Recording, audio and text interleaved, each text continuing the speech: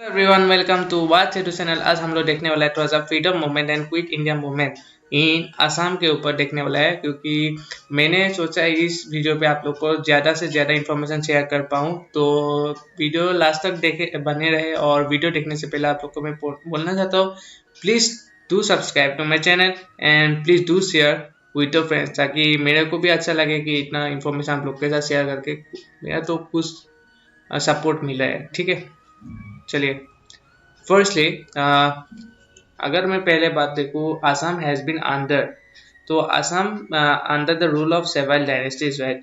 तो उस टाइम क्या होता है, Assam is under the rule of several dynasties. तो अगर मैं देखो, भरमन डायनेस्टी आ गया, कोच डायनेस्टी आ गया, कसरी डायनेस्टी आ गया, आहूम डायनेस्टी भी एक बहुत ज़्यादा प्रोमिनेंट रोल प्ले करता है उस टाइम का। ठीक है, तो उस टाइम क्या होता है, ड्यूरिंग द 13th सेंचुरी की बात कर रहे हैं, तो Sukaphaa a Tai prince who belong to Mongmao, Mongmao पे बिलोंग करता है वो। अभी मोंगमाओ वो साइना के पास है, ठीक है, साइना का एक पार्ट है।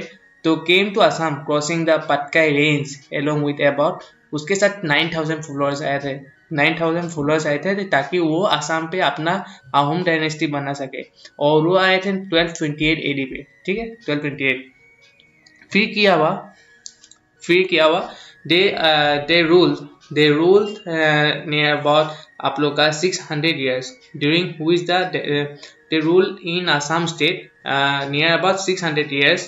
ठीक है, जब वो रूल कर रहा था तो उस टाइम ही 17 टाइम्स दिल्ली सुल्तानेट और मुगल्स ने अटैक किया असम को, ताकि उन लोग को हासिल कर पाए सुकाफा से। ठीक है, वो लोग हासिल कर पाए सुकाफा से, वो हम लोग का असम स्टेट। ठीक है, लेकिन वो लोग फेल हो गया टू गेन द अथॉरिटी।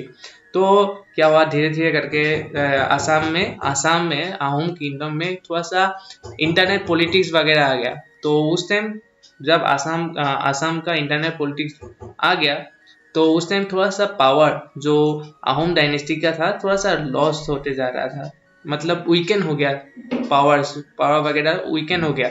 तो उस टाइम ही Assam was invaded by Burma thrice. Between 1817 and 1826 के बीच में थ्राइस बर्मा ने असम को इन्वेड कर दिया। And during this time kingdom of Assam जो came under the control of Burma from 1821 to 1825। ठीक है, फिर क्या हुआ, फिर आप लोग का फर्स्ट एंग्लो बर्मीज वार हो गया। तो वो हम लोग क्या बोलते हैं, treaty of Yandabo in 1826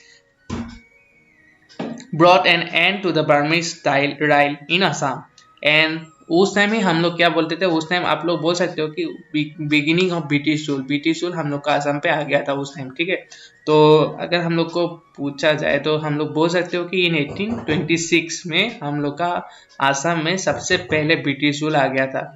In the year 1826, British annexed the home kingdom, and in 1838 AD, all of Northeast India became part of Bengal Presidency, जो हम लोग बोल सकते थे कि of British India। ठीक है, the rule of East India Company ended in 1858, and the whole of India came under the direct control of British Crown।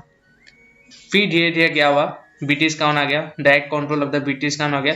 तो हम लोग अगर देखें तो assessment of land revenue increase, उस टाइम क्या क्या हुआ था हम लोग को देखेंगे। एंड इनकम टैक्स भी इंक्रीज कर दिया था, स्टैम्प ड्यूटीज आ गया था, एटसेट्रा। और बहुत were also imposed by the new administration, and it carried on trade in opium and salt in the state and earned considerable profit thereby। The British ने धीरे धीरे क्या किया, उसने आसाम पे देखा कि बहुत सा गोल्ड माइन है, जैसे they got the process of development and progress. तो धीरे धीरे करके ब्रिटिश ने थोड़ा सा डेवलप करने के लिए सोचा आसाम को, और थोड़ा सा प्रोग्रेस मूड पे लेके चल रहा था। ठीक है, तो धीरे धीरे क्या हुआ, धीरे धीरे ब्रिटिश ने क्या किया, dissolve the home administrative structure, made Bengali the official language, and recruited Bengali Hindus for various post instead of the local population.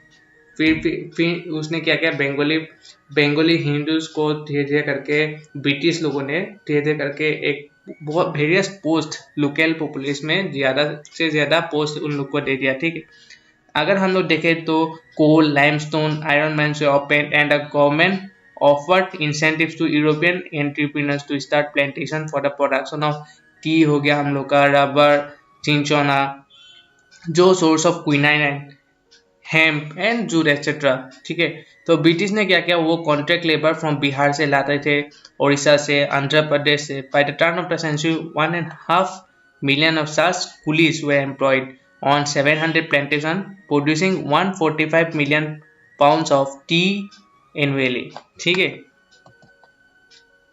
फिर ये वाला हेम्प एंड जूट, तो धीरे धीरे करके वो एम्प्लॉयमेंट, वो बाहर का लोगों को एम्प्लॉयमेंट दे रहा था आसाम पे। ठीक है, तो the first revolt against the British was led by Dhananjay Borgohain and Gunadhar Konwar in 1828 AD. फिर क्या हुआ, गुणाधर कुंवर को sentence for 7 years in prison में डाल दिया गया। फिर धनंजय बरगोहाई को भी, तो उसको तो sentence to death fled to the Matak kingdom. ठीक है, there he secretly join hands with his own sons Harakanta and Haranath, जो हम लोग बोल सकते हो कि सन इन लॉ जेवराम दुलिया बोरुआ का है। ठीक है, and many others and made plans to attack Rangpur. फिर से वो अटैक करने के लिए प्लान बनाया वो रंगपुर को। ठीक है, but before they were betrayed by one of their associates Sadia Khua Guhai and several members of the groups were hanged and others were debarred from country. Thereafter the British control over Assam was strengthened। धीरे करके British को आसाम पे थोड़ा सा strength मिल गया था, strengthen। फिर the famous Sepoy Mutiny of 1857 AD found an echo in Assam under the leadership of Maniram Dewan and Pioli Borua, who were eventually hanged in 1858 AD. Meanwhile, the British had sought to claim to linguistic freedom of the natives by introducing Bengali as a medium of instructions in 1837 AD. However, it ended as a fiasco because owing to the efforts of the American Baptist missionaries and noted intellectuals of the day like आप लोग का आ गया Anandram धेकियल Phukan, Hemchandra Barua, Gunabhiram Borua, Assamese was reinstated as the medium of instruction in 1873 AD. Like all other Indian states, Assam as well played an important role in the freedom movement of India. Apart from Sepoy Mutiny, Assam took active part in every movement that led to India to attain independence. The people of Assam made remarkable contributions at every stage of the freedom movement since आप लोग बोल सकते हो 1920 से 1947 तक जितना भी freedom हम लोग का इंडिया में हुआ था उतना ही फेस असम ने भी किया था उस टाइम। ठीक है, the visit of Mahatma Gandhi to the state in 1921 में उसका फर्स्ट विजिट थे, तो gave fillip to the freedom movement which had already gathered momentum in both valleys of Assam. Kanaklata Barua वो एक फर्स्ट मार्टियर थे क्विट इंडिया मूवमेंट का। 15-year-old girl became the first martyr of quit India movement in the year 1942 and many others, namely अगर देखो तो कुशल कुंवर, कमला मिरी, मनीराम देवान, Vogeshwar Fukarani etc. and they also sacrificed their lives for their motherland। तो हम लोग बोल सकते हो कि आसाम ने बहुत कंट्रीब्यूशन डाला और फ्रीडम मूवमेंट ऑफ इंडिया का। ठीक है, जब हुआ था वो हम लोग इग्नोर नहीं कर सकते क्योंकि आसाम ने भी बहुत ज़्यादा मेहनत किया था उस time freedom movement in India जब हुआ था, फ्रीडम मूवमेंट ऑफ इंडिया। तो हम लोग बोल सकते हैं कि फ्रीडम मूवमेंट ऑफ आसाम का भी एक पार्ट हो गया था उस टाइम। ठीक है, फिर हम लोग अगर देखें तो क्विट इंडिया मूवमेंट आ गया था नेक्स्ट फेज में। तो quit India movement in Assam अगर देखें तो वो एक डेफिनेटिव फ्रीडम मूवमेंट थे इंडिया इंडिपेंडेंस स्ट्रगल का।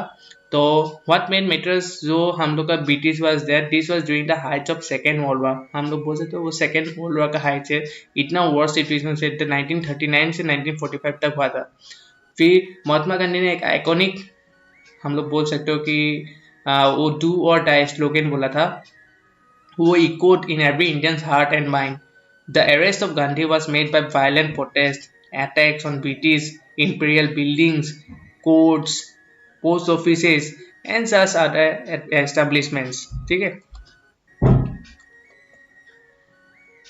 फिर इन आसाम क्या हुआ तो प्रोमिनेंट कांग्रेस जो लीडर्स थे जैसे गोपीनाथ बोरदोले हो गया, MD तैयबुल्ला हो गया, सिद्धिनाथ शर्मा हो गया, वो arrested with in days of the